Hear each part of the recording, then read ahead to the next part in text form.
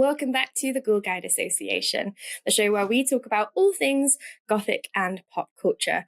We are, of course, your Ghoul Guides. I am Lauren. And I'm Mary. And today we have this month's So You Think You Don't Like Horror. Also, you don't like horror. I keep calling it So You Think, and it's So You Don't Like Horror. Yeah. So I will get that right. So you don't like horror? Well, think again. This is the podcast for everyone who thinks they don't like horror films. Maybe wants some recommendations.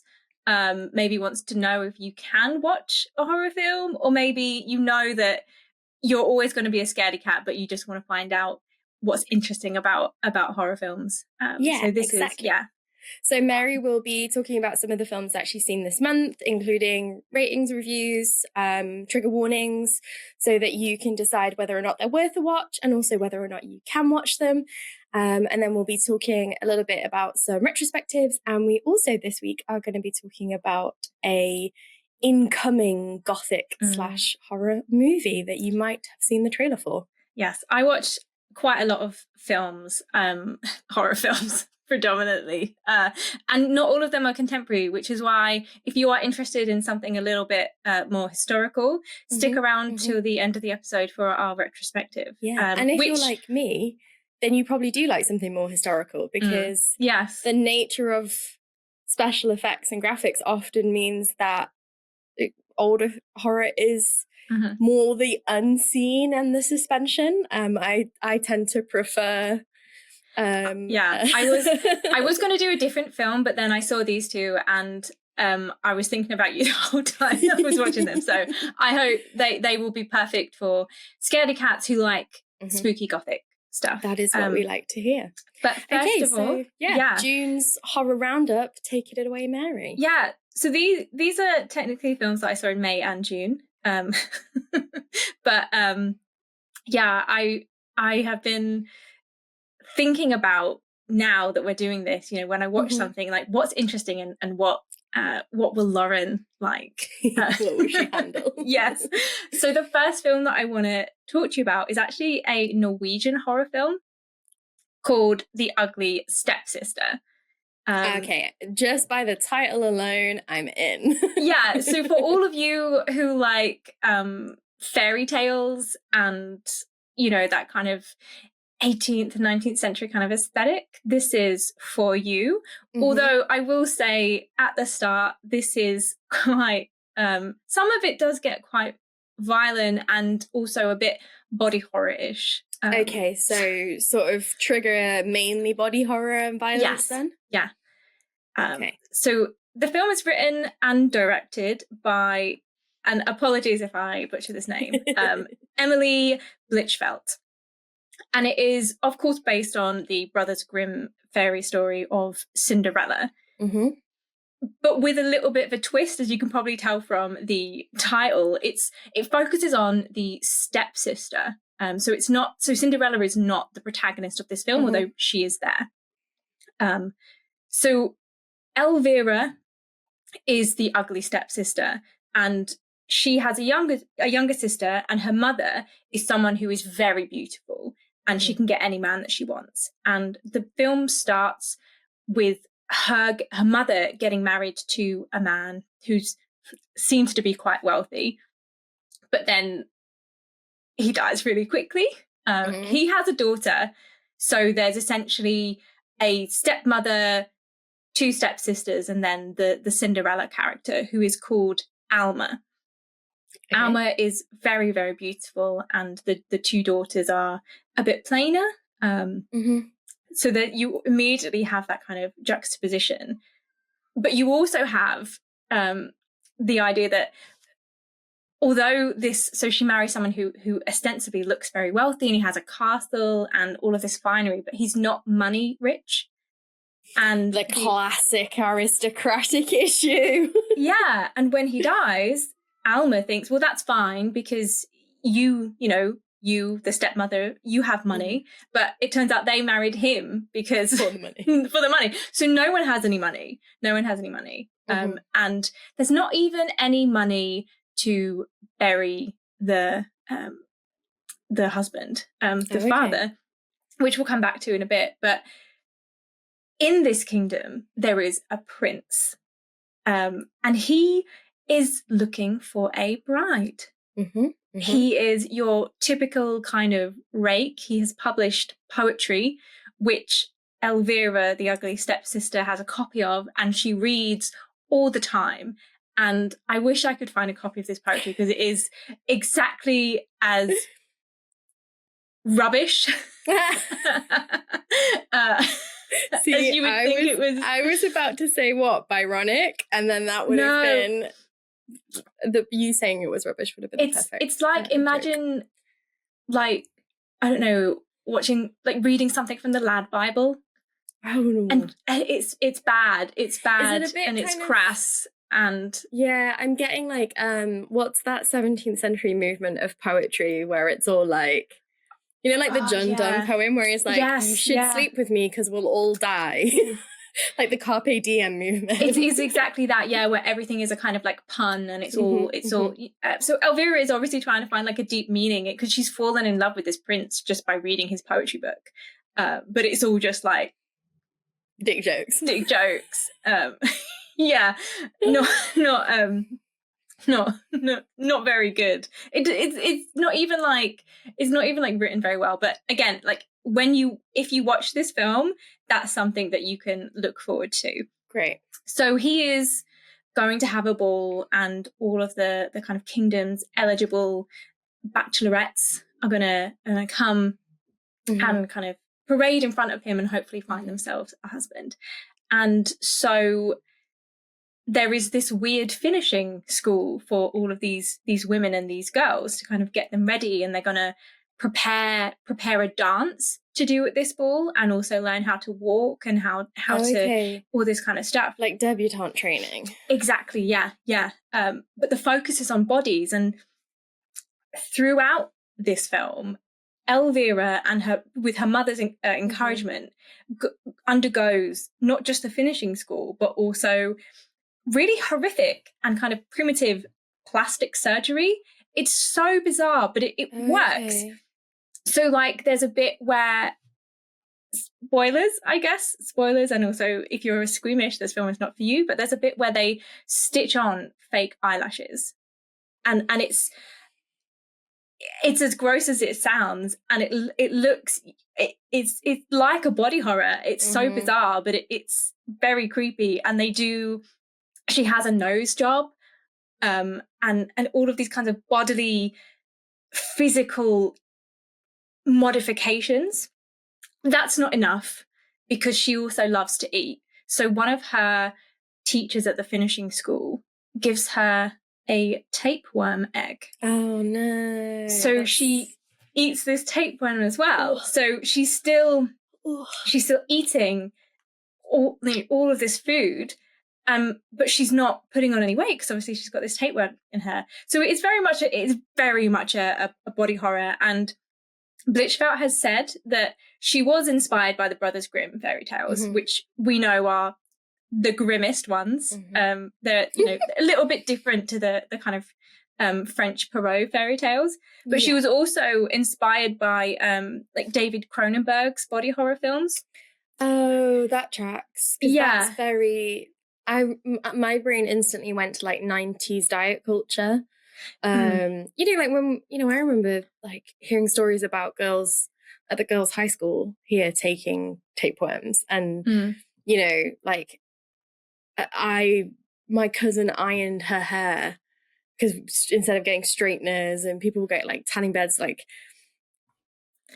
yes, there's a lot of cosmetic surgery and stuff now, but if you think about the stuff that people were doing in the 90s comparatively, like it was kind of grotesque, because it wasn't good, it wasn't perfected, and it instantly made me think of that. And that's very Cronenberg.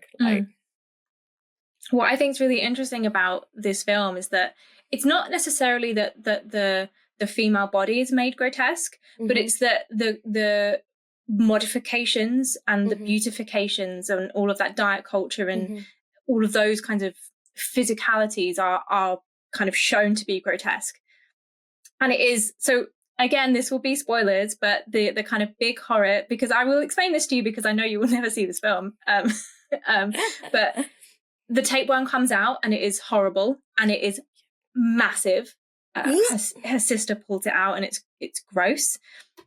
And also at the end, so she gets rejected by the prince because obviously, whilst this is all happening, we do see from a very different perspective, Alma getting her, her mother the ghost of her mother comes and grants her a beautiful dress and gets her to the ball, and she ends up, kind of dancing with the prince, and you have all of that. And she leaves the slipper behind. And then you have at the end of the dance, the two stepsisters are back, and Elvira is trying to put the shoe on. Obviously her feet are too big, so she gets a meat cleaver and she cuts off her toes. See, that does happen in some versions of the story. I know the toes thing. Yeah, so yeah. It's giving me. I feel like if you're an Angela Carter fan, this is probably going to be quite appealing. It's yeah. It's not actually adding anything new necessarily to the story. It's just picking up on the undertones that are already there. I think it's really interesting. It has, like I say, if you're a fan of body horror, then this is a really interesting film to watch. And also, if you like horror and fairy tales, then this is perfect. Yeah. And then the final thing that I will say about this film is, obviously they haven't had enough money to bury her father, so his corpse has just been lying in a room in the castle, and you see it, and Alma goes and visits her father, and you see it in varying stages of decay, and there's lots of maggots, and it's gross. It's so gross. It's so gross. But yeah, I enjoyed this film. Great. So what out of 5 on the Mary rating? I don't know what out of 5, but it's definitely a good me film. Yeah, solid Mary film. Solid Mary film, and I think if it weren't for the violence and the bodily kind of stuff, you would enjoy it. But I don't think it is one for people that, for the squeamish folks. If you're squeamish, if you don't like visceral body horror, then this isn't for you. Yeah, body horror definitely is. I think because it's one of the ones where I watch it and I'm like, oh, I can imagine that happening. Yeah. Whereas some stuff like monsters and stuff, I'm like, okay. Yeah. Not too bothered. Like Alien doesn't scare me. The tension in Alien scares me, but Alien doesn't scare me. But anything like visceral body horror, I'm like, nope, sign me out. Okay, so The Ugly Stepsister was a good watch. What's number 2 on the list for this month?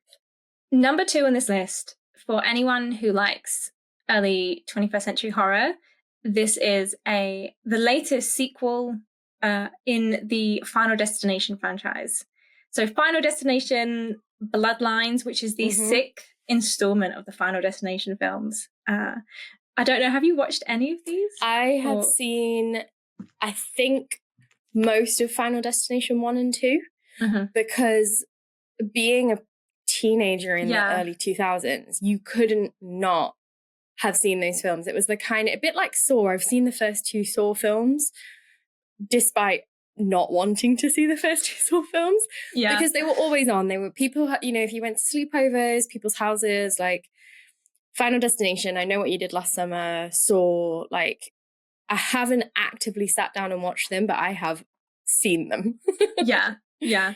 Well, the concept of Final Destination is there is an accident where a lot of people get killed. So the first Final Destination film, it's a plane crash, and somebody who is involved in this event, this violent event, has a premonition where they see this crash happening or this accident happening.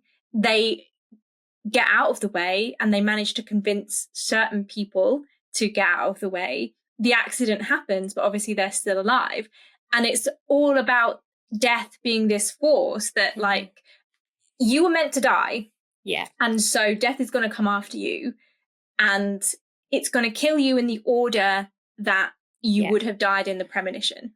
Which is very OG central Gothic, like that notion that no one can escape death and death is the great leveler. Like that is one of the core original foundations of the mode. Yeah. And this this film, I guess, adds a little genetic legacy twist on it.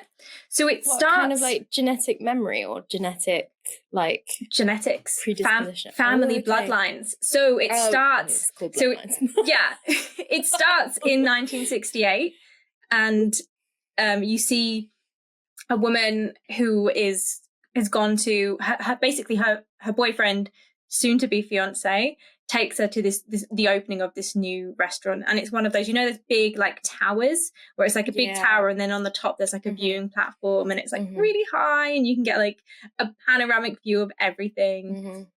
So they go nightmare. Up. Mine too. We are not heights people. No. So they go up there, and everyone, there's a band, there's a dance floor, which obviously is just see-through, and there's lots of people up there, and she gets proposed to. She also reveals that she's pregnant, which is very important. And then the floor breaks, and then everyone essentially dies in very, very violent ways, and she is the last person to die. And then she kind of, it snaps back, and she's at the bottom. Oh, is she at the bottom? She's like, I need to leave. I need to leave. So she gets out. So she has the premonition. And she's able to kind of save herself and save a couple of other people. And then it skips ahead to the present day, where her granddaughter basically has a dream, but it's of the premonition. So this premonition didn't actually happen because her grandmother managed to stop it. But her granddaughter is now having that premonition as a dream. Oh, okay. Like it's a cursed bloodline. It's a cursed bloodline because essentially the grandmother managed to save all of these people. And what you learn, this is a spoiler, so sorry if you want to see this film without any spoilers, but what you learn is that death has been one by one. So everyone that should have died, which would have been, I don't know, hundreds of people, didn't die. So death has been one by one going through, picking them off, but also going through their families if they had anyone that shouldn't have existed beyond that point. And she was the last, well, the last but one to die. So now it's gone to her family and her bloodline. So it's picking off her cousins and everyone kind of one by one, which I think it's a really interesting kind of concept to look at. And there's a really, really funny film where one of her cousins finds out that he's actually the product of an affair because it doesn't go after him because obviously because he's not part of that bloodline, which is so funny. It's one of the funniest. It's either one of or it is the last film role of Tony Todd before he died. Oh, okay. And he has a really nice speech in it, which is about, you know, life is precious and about living. But yeah, there's not really a lot to say about this. It is, while it does have a little bit of a twist, it is essentially if you like Final Destination films, or if you like films with gruesome, drawn out deaths, this is for you. I'm going to say something and either everyone's going to go, how dare you? Or they're going to go, oh my God, yes. And to me, Final Destination is to horror what The Fast and the Furious is to car films. Okay, yeah. They have a formula. Yeah. And you sit down and you're like, show me the formula. Yeah. This is going to be exactly what it's always been. Yeah. I'm not expecting anything different. No. Like, they're not sort of, I don't want to say not smart horror because I don't want to fall into that trap of being like, horror's dumb. But they have a formula and the formula works. I know exactly what you mean. I think this way about a lot of slasher films. I enjoy them. They're fun. They're enjoyable. They're watchable. For the most part, they're not revolutionizing the genre, but that doesn't mean that they're bad. Yes. So yeah, that's how I feel about them. Like, you very much know what you're going to get, and they know that they've got that audience, and that audience is there. Yeah. Rating, mid, high, low? Yeah, I'd say somewhere in the mids. It's very good. It does exactly what you would want it to, and also what you want in a slasher film, or in this kind of film, is creative deaths, which it does deliver. Yeah, so I mean, I can't remember if it's Final Destination 1 or 2, but the logging truck traumatized an entire generation of people. And I still have like a moment when I see like a truck, like a flatbed truck with like long logs or poles or anything, even to this day. Some of the marketing that they did for this film was using trucks that referenced that, which I think is brilliant. I think that's also, you know, a lot of as much as I haven't been able to watch all of them, I've really enjoyed the way that a lot of the horror comebacks in the last couple of years have leaned into the nostalgia and embraced it, because that is the beauty of a franchise like that you have that cultural capital and you can make those jokes. And I think it does make people want to go and see it. I think it does make people, you don't have to be inventive and innovative. You can just do what you do really, really well. I agree. Okay, all right, well, if you're a fan of Final Destination, definitely check that one out then. And the final contemporary film that I want to talk about is one that I think you would find interesting. And also, I'm going to give a shout out to our friend Kaya, because it is a shark film. So I don't know if you've heard of this, but it's called Dangerous Animals, and it is an Australian... Oh, you have? Yes, I have heard of this. Okay, yes. Right. So this is an Australian horror film. It's a kind of survival horror / serial killer movie. First, what do you know about this? Have you seen? So it's kind of come across my timeline because of that intersection between like true crime and like horror serial killer films. And because it's Australian, isn't it? Yeah. There's a lot of quite famous Aussie cases because it is such a vast country. You know, the outback is quite difficult to navigate, and there's quite a few kind of true crime cases, some of which I actually find the engagement around to be very problematic. But I've been kind of seeing people talk about the way that it harnesses that that vibe, and the only other real thing I've seen is like a still of what looks like a guy with a shark bite. I think I know what the plot is, but I might have completely misread what it actually is from the stuff I've seen. Well, I mean, it is essentially a serial killer film. It's just one that involves sharks. So you basically have this guy called Tucker, and he runs a swim with the shark experience. Tucker's experience, if you will. And trips with Tucker. Tucker's trips. So he has his own boat, and you can go, you can like you can pay him. He'll sail you out to the middle of the kind of ocean, I guess. Ocean. And then he's got like it's the ocean. I'm like trying to think of the... Don't question me on geography, Mary. I don't fucking know. It's called Oceania, so I'm assuming it's the ocean. we have PhDs in literature, not geography.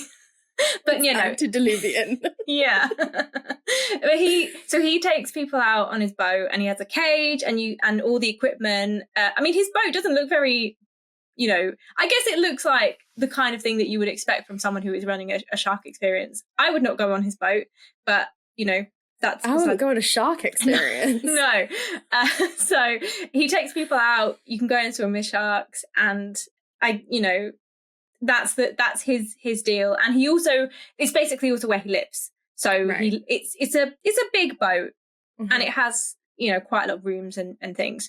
Yeah. It starts with a couple who have come from the hostel, and one of the girl is English, and just because I was really terrible at accents, I knew immediately that this person was English. I was like, I recognize his accent, which we'll come back to in a minute.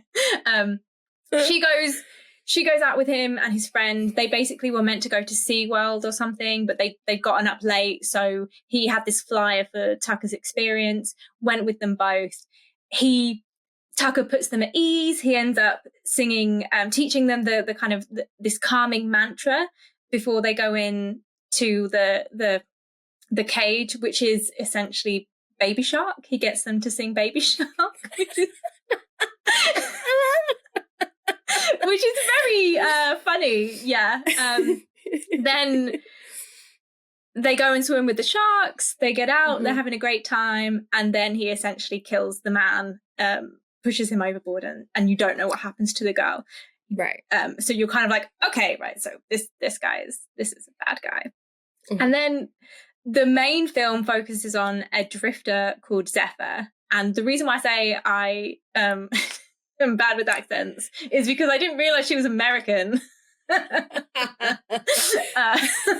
Mary is really bad with faces and accent. Yeah. I mean, like you say, Australia is very big. So I just assumed she was from a different part of Australia. I could understand if she was like South African. Oh, yeah. But it is quite a different accent. Yeah. Then again, people think we sound the same and we're from opposite parts of the country. Yeah. Yeah. But we did both go through the university system that just produces these non-existent accents. So yeah. But maybe that's your excuse. I'll take it.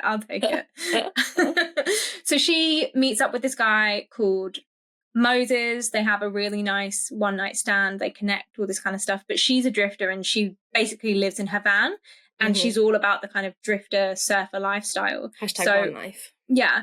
So he gets out, they have a nice night in her van. He gets out. They've driven to his house. He gets out, is making her breakfast, delicious breakfast, gets out, and she's driven off because she doesn't want to make connections.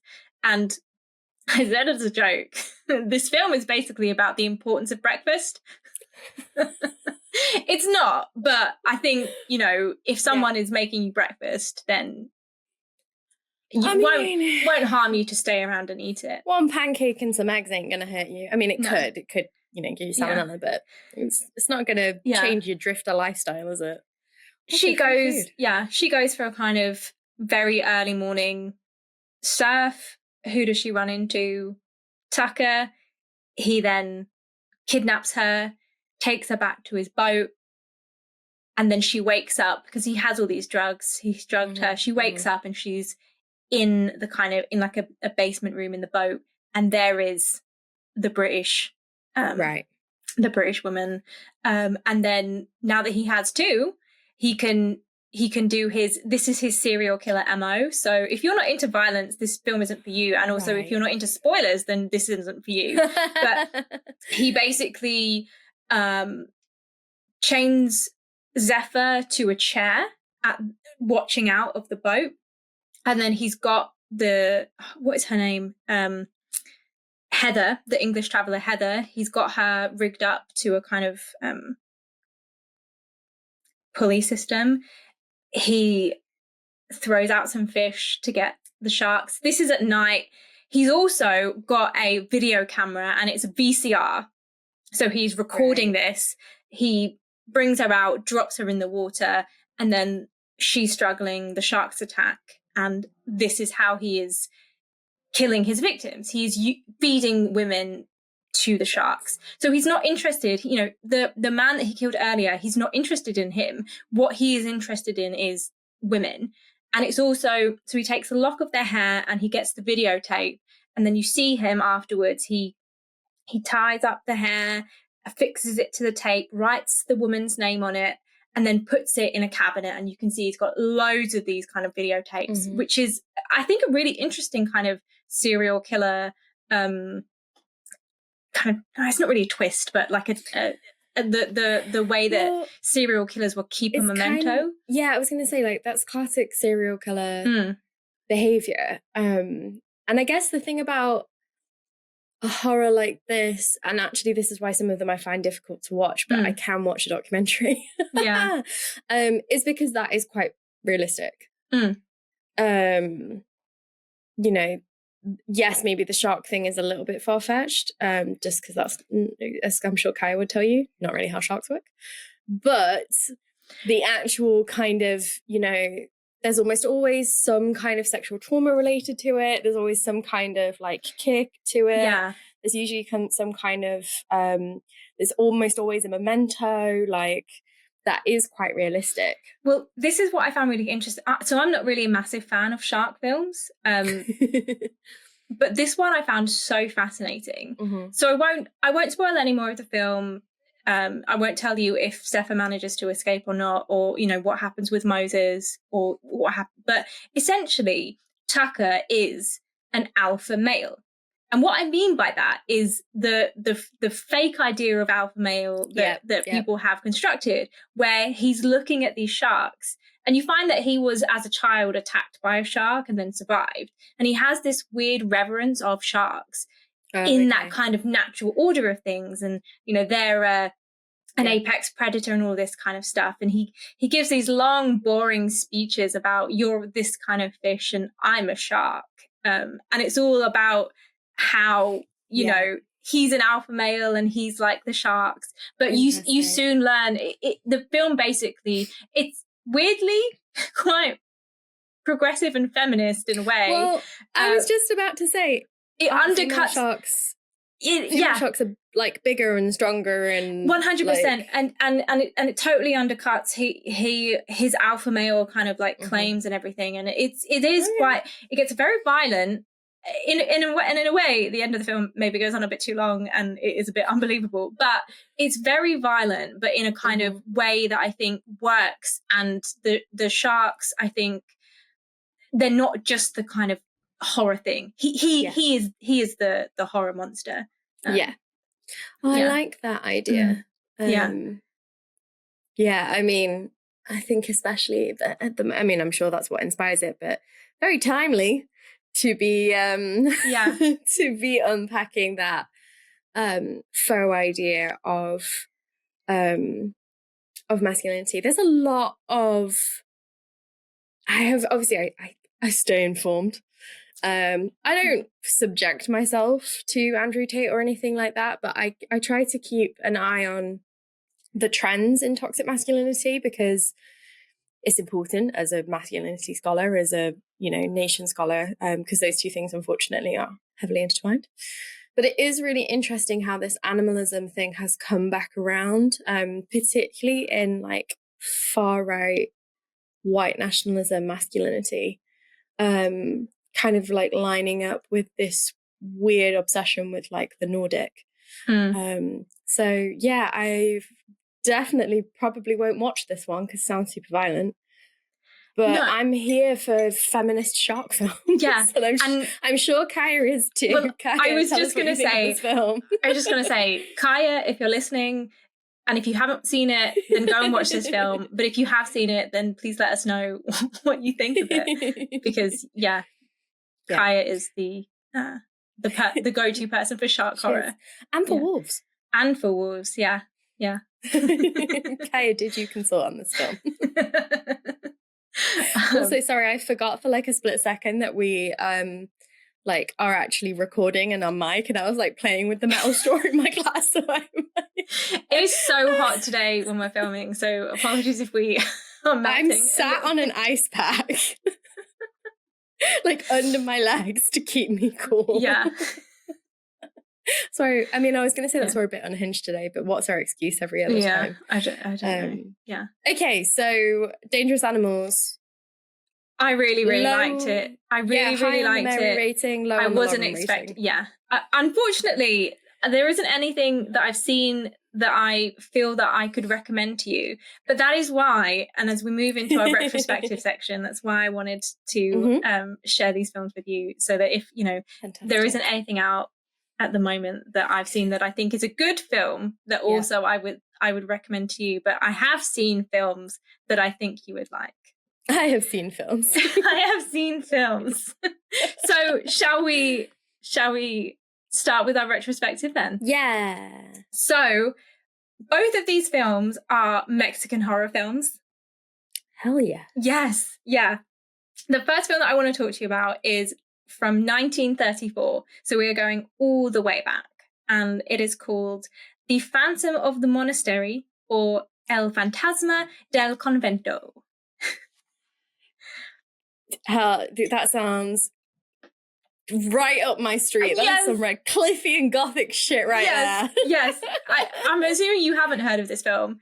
No, although I will just say it's really interesting that you bring this up, because one of the things that I have read recently is, and I know I talk about her all the time, but Sylvia Moreno Garcia, Silver Nitrate, which is a novel set in the 80s, and I think it's 80s, 90s, about two people who watched a lot of Mexican horror growing up, and it's all about like Silver Nitrate, the film, and the flammability of the film. Yeah. And it's all about occultism and about the infiltration of Nazi sympathizers in South America in the wake of World War II. And it just, I mean, I love everything she does, but that one really kind of sparked this, a bit of a yearning to watch like some old school B-movie, like Latin horror. So I love that this was what you brought to the table. Yeah, and it is very, like you say, very gothic and especially Radcliffian gothic as well. So it's directed by a Mexican filmmaker called Fernando de Fuentes. Mm-hmm. And he is considered to be a pioneer in filmmaking, like internationally. He made a trilogy of films on the Mexican Revolution. And he also co-wrote the earlier and very successful film, La Llorona. This film basically, that film came out in 1933, and they were like, we need to capitalize on this success. So De Fuentes didn't just do horror, he did a lot of other stuff, but it was like, okay, this horror film was good, let's do another one. I wonder if that's one of the people, because I know that Moreno Garcia... I'm reading, I think I said this last time, reading Seventh Veil of Salome at the moment. And I wonder if that's one of the people that she's based the characters in Silver Nitrate off, because I got the feeling that like these directors that feature in it and the filmmakers she references, like she makes a lot of real world references as well. So I wonder, if you've read that, maybe this is also one for you. Yeah, it's great. And so the premise of this film is there are three friends. Mm-hmm. This is the way they're getting to me. There are three friends. You've got Eduardo, his wife Cristina, and then their friend Alfonso. And they are for some reason wandering around the mountains at night. I don't know why. I don't know where they've come from. It doesn't ever really explain that, but they are in the mountains and they're lost. Mm-hmm. And then this man appears and he has a dog. And he's like, come with me, you can shelter at the monastery. And they're like, isn't the monastery like, crumbling? Like, not crumbling, but like it's not in use. There's no one. Yeah, there's no one there. And he's like, no, there's still the Brotherhood. They're there. So he guides them to this monastery, and then they find that it is in fact inhabited by the Order of the Brothers of Silence. Amazing. So they each get their own cell room. Mm-hmm. And the film then, I don't want to give too much away because I think it is great, but some of the things that this film has, it obviously creepy monks. Yep. The kind of the head monk does talk to them, but everyone else is silent and walking in, their typical monk kind of habit. Mm-hmm. They gather the three guests together for dinner. And at one point, you can see under their kind of like habit, their hands look skeletal. It's very creepy. And then there's this, whilst they're having dinner, there's this wind that kind of comes out, and they're like, right, this is evil. We must protect against this. So they go and they get a cross, and they carry it in a procession to the chapel, and then they're chanting and then they manage to stop this wind at bay. Sure. They then tell a story about one of the monks that used to be part of their order, who basically had an affair with his best friend's wife. And yes, this is not, it's not subtext. This is also what's kind of basically going on with these friends. And it was so evil, and he did a deal, and he's been cursed, and the whole brotherhood has been cursed. And at which point, Lewis. Yeah, and then at which point you're like, how old are you? How long have you been here? What's going on? Are you maybe ghosts? And it's just there's so much going on, and then you see like the kind of mummified corpse of this monk at some point, and there's lots of skeletons, and it's very, like we were saying earlier, it's a kind of creepy gothic horror that I think, if you are a scaredy cat but you like gothic and spook, then this, I think, will be fine. I'm so excited to watch this movie. I'm definitely going to watch this. It's so good. It sounds amazing. I mean, great.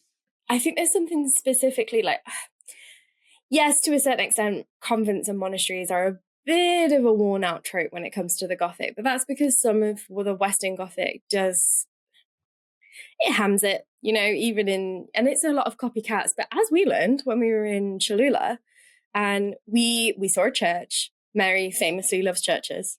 So they're just so spooky. Mary loves churches. So we went in the church, and we were in the church, and while we were in the church, they were like, oh, there was like a history of the church, and it was like,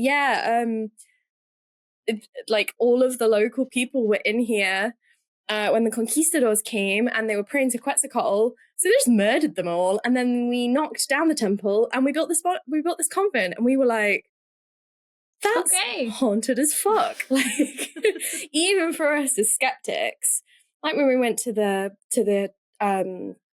church at the top of the pyramid, we were like, even as skeptic people, the story is so horrific, and knowing then what happens afterwards with the conquistadors, like even if you are skeptical, you cannot help but feel that like deep, intense horror of the like what's happened. And I think that's why particularly like Catholic mysticism horror from like Latin America, Mexico specifically, it's just so good. I mean, there's also some good Spanish ones, but yeah, I definitely need to watch that. That sounds fantastic. It's so good. And I hadn't heard of it before I watched it, but it was very and enjoyable. Mexican Revolution films also sound good. We went to where the Mexican Revolution started, didn't we? We did, yeah. We saw the bullet holes in the wall. We didn't even know. We didn't know that that's where we were going, because we turned up to Puebla and only I spoke any Spanish, and my Spanish was not that good. But we went and we saw the house where the revolution started, and it was fantastic. Yeah. Definitely recommend Mexico. Is a beautiful, beautiful place. Yeah. There's lots of really cool, spooky places. We should do an episode about the bone carvings and the skulls. Yes. And that museum. Because that was incredible. Yes, we should. If you want more Mexican stuff, then let us know. And if you also have any other Mexican gothic horror films that you like, then do let us know. Mm-hmm. The second film that I want to recommend to you is it's a little bit later. It came out in 1960, and it's called The Witch's Mirror, or El Espejo de la Bruja. That was really well pronounced. I'm proud of you. Thank you. Las Brujas. Yeah, so this is directed by a person called Chano Ureta. I don't know much about them. Oh, I know that name. Okay. Ureta. Yeah, I know that name. Great. Perfect. So this film, as you can tell from the title, is about a witch. With a mirror. With a mirror. Basically, the kind of protagonist is Elena, and her aunt Sarah is a witch, and she has a witch's mirror, hence the title. And they're looking through this mirror, and they discover that Elena is going to be murdered, and also that she's going to be murdered by her husband, and that she's going to be murdered because her husband wants to marry someone else. Classic. So they see this all through the mirror, and then Sarah tries to kind of intervene, but the spirits kind of say, no, you have to let this happen. So unfortunately, Elena is poisoned by her husband, and then he moves in his new wife, Deborah, into the house, the same house, which is also where Sarah works as a housekeeper, which is quite convenient. Oh, okay. So her aunt was the housekeeper? Yeah. I guess if she's like unmarried or if she's a spinster actually working for like being the housekeeper or something like that, or a governess was like quite common for like there's not loads of jobs for unmarried women, even. I don't know when it's set, but like it's not really explained. She's just the aunt who is a witch and has this mirror. She's an aunt, she's a witch, she's got a mirror, she's a housekeeper. Yeah. And basically her aunt wants revenge because she's like, I know what he's done and I love my niece and I will have my revenge. So using the mirror, she uses the mirror to bring forth the ghost of Elena. And it's really interesting because you see through the mirror her grave, and she calls the spirit through the grave, and then she appears in the mirror and she haunts the new wife, Deborah. There's a piano that she used to play a kind of favorite, like a song all the time. And then you see the piano and it's playing itself. And her, husband who killed her is like, oh no, don't, what is that? And then Deborah just gets more and more kind of haunted and uncomfortable. And then it kind of, the peak of this is they're in his murdered wife's old bedroom where the mirror is, and Deborah faints and then he sees his murdered wife in the mirror, sees her ghost, and he knocks something over, and then there's a fire. And so Deborah gets burned, and she gets very severely burned. She ends up having quite ridiculous bandages, but her face and her arms are all covered because she's quite badly burned. And this is where this film takes on a really weird, different turn, because Eduardo, is a doctor, and it takes on what I would describe as a Frankensteinian twist, where he and his assistant kidnap women and then murder them to basically use their bodies to create his wife like new skin and a new face. That's cray-cray. It's so bizarre, but it's so good. So there is a little bit more violence in this one, especially gendered violence. But it is excellent, I would say. It's got witches, it's got some Frankensteinian kind of themes and revenge. Because at the beginning I was thinking, it's like, that's very Rebecca. But yeah, that takes like a complete turn. Oh, that's interesting. Okay. Yeah. Yes, I do recognize the name of that director. Again, from my extensive reading, rather than actually having watched anything. Well, reading is good too. We approve. It is. It's much easier when you're chicken shit like me. So those were my two films. Yeah. But, again, I watch a lot of films, and it's just kind of like, it's nice to be able to talk to Lauren about them. So yeah, absolutely. Well, welcome to mine and Lauren's chats about stuff that I watch. Yeah, that's what we spend our time doing. We're welcoming you in. Yeah. Okay, thank you for that. So yeah, I've got some Mexican horror to watch. I texted you about this the other day. Yes. Have you watched the trailer for Guillermo del Toro's Frankenstein? I have, yes. What do you think?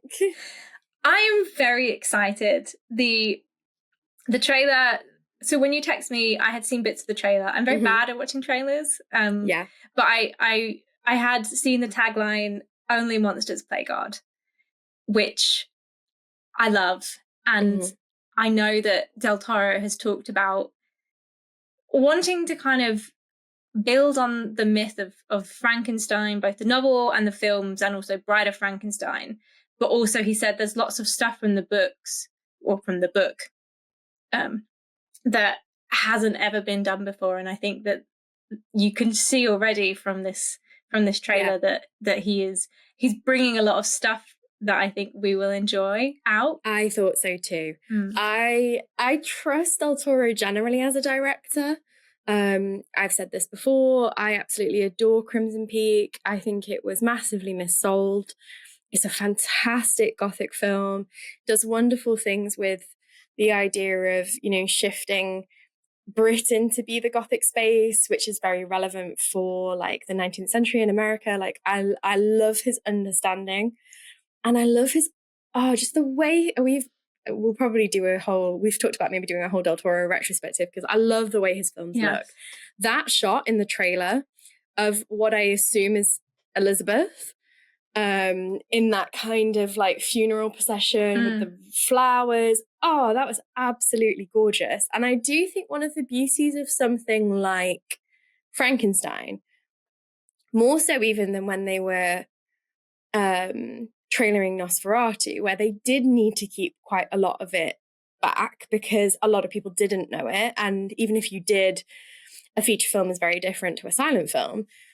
With Frankenstein, the major beat is what everybody knows. It's the relationship with Henry. It's the stuff at the university. It's, you know, the stuff that he's talking about bringing to the film isn't in the trailer because it doesn't need to be, in that he can still keep that stuff back. So I did really love the drama, and it's a trailer, I know, but like the drama of the trailer, like every shot I was like, oh my God, like they're going to do this. No, I mean, I'm not a massive trailer person, but there are two other films that I just want to shout out before we finish, but like, I think that the trailer was really good. Yeah, I think it looks like a fantastic trailer, and I'm often not excited when adaptations come out, but I am really excited for this one. Yeah, it does. Yeah, it does everything that you want a good trailer to do, which is get you excited about the film.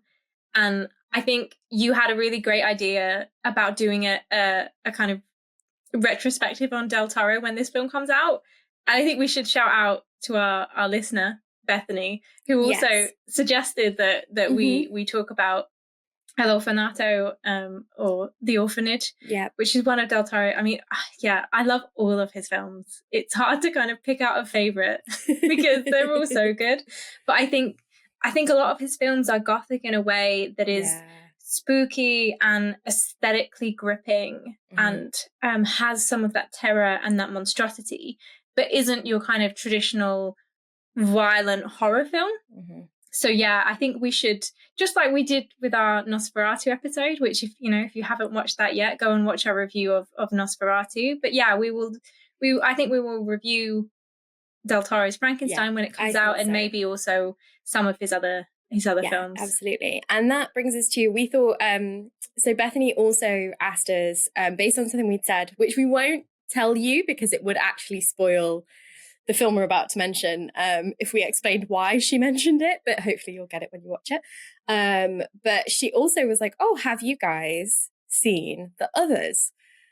Which is, I believe, a 2002 film starring Nicole Kidman. And actually, I messaged Mary and was like, that actually is a film I have seen and I love.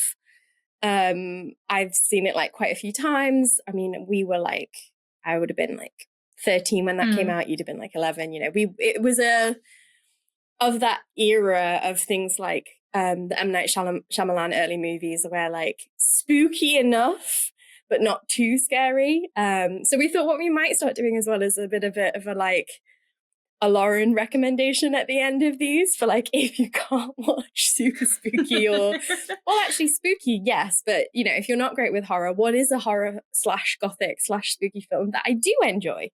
So we thought, well, let's start off with The Others because Bethany mentioned it. And I was like, yeah, actually, I love that movie. And I think particularly if you watch those Mexican horror movies that Mary mentioned, and if you did like Crimson Peak, then The Others is definitely a movie for you. So it's about a family, a mother and 2 children, and they are living in this house, and the children start to feel like the house is being haunted. They are waiting for their father to return from war. and their mother is becoming increasingly neurotic and increasingly paranoid. You start getting flashes of this potential haunting, and it is just a really good haunted house film with, if you haven't seen it, I think quite a good twist. Which seems really obvious, like in hindsight, but when you're watching it, I think it is quite well done and it is quite convincing. It's got a bit of a Shirley Jackson vibe to it. It's beautifully shot. It's really, really well shot. And I actually think Nicole Kidman I'm quite a Nicole Kidman fan. I think she's a really good actress. And I think she does that sort of like, her character is difficult to like, but also difficult to dislike. You very much understand the pressure of this mother who has these 2 children, is waiting for her husband, is living through wartime, is isolated, and you struggle to judge her when she is quite dismissive or a little bit, almost aggressive with her children, and you really buy her character. And I think Nicole Kidman is really good in that kind of role. It's a really good period horror. Yes. I think if you like stuff like Taming of the Shrew or some of Mike Flanagan's stuff, or as you said, Shirley Jackson's work, then it's got kind of like haunting on Hill House vibes. And I know the film versions of that, or at least like the big Hollywood ones, are a bit more horror-esque. But yeah, if you like that kind of like late 20th century, early 20th century, late 19th century, sort of like unsettling spookiness, then I would absolutely recommend it. If you're looking for something to watch of an evening. Yeah. Okay, well. Well, also thank you to Bethany for those recommendations. We really, really appreciate them. And if anyone has any other recommendations that you want to make, either a film that you think Lauren could watch or a film that you think we both could watch, or maybe if you have seen any of the films that we've mentioned today, and let us know your thoughts. Let us know in the comments, or send us a message in whichever way you however you so choose. Just to finish, the quick previews for the next episodes. These are films that I haven't seen yet, but I'm looking forward to, just to kind of give you a little bit of a flavor of what will be coming up in future episodes. Obviously, we have Del Toro's Frankenstein, which is coming out, I think, in November.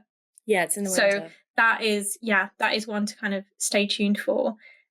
A film that is coming out, it's not out yet as of filming, but it is out very, very soon. I think this week, 28 Years Later. I will absolutely not be watching that one. Lauren won't be watching, but I will. So if you wanna hear my thoughts on that film, and do you want to talk about trailers and effective trailers? Oh my gosh, I love that trailer. I think that might be my favorite trailer that I've ever seen. The way they used that so good voiceover of that poem, like we will the boots. Oh my god, we will come back to this film next episode, and then also just a fun one. I will probably see this. I don't know if I will talk about this, but we'll see how good it is. But I Know What You Did Last Summer, because it's it's just fun. Need to shout out some of those slasher films as well. Yeah, absolutely. So good things on the horizon. Thank you for that rundown, Dr. Mary Going. We will be back in your ears next month with another roundup, but of course we've got other episodes in the meantime, some more reading recs, some deep dives, and some lore dumps. So we will see you at the next meeting of the association, and in the meantime, ghouls, stay safe. Stay safe. Oh my god. In the meantime, ghouls, stay safe and stay spooky. I don't think I even said it right that time, but I'm not doing it again. In a bitch, guys. Yeah. Stay safe and stay spooky. Thank you.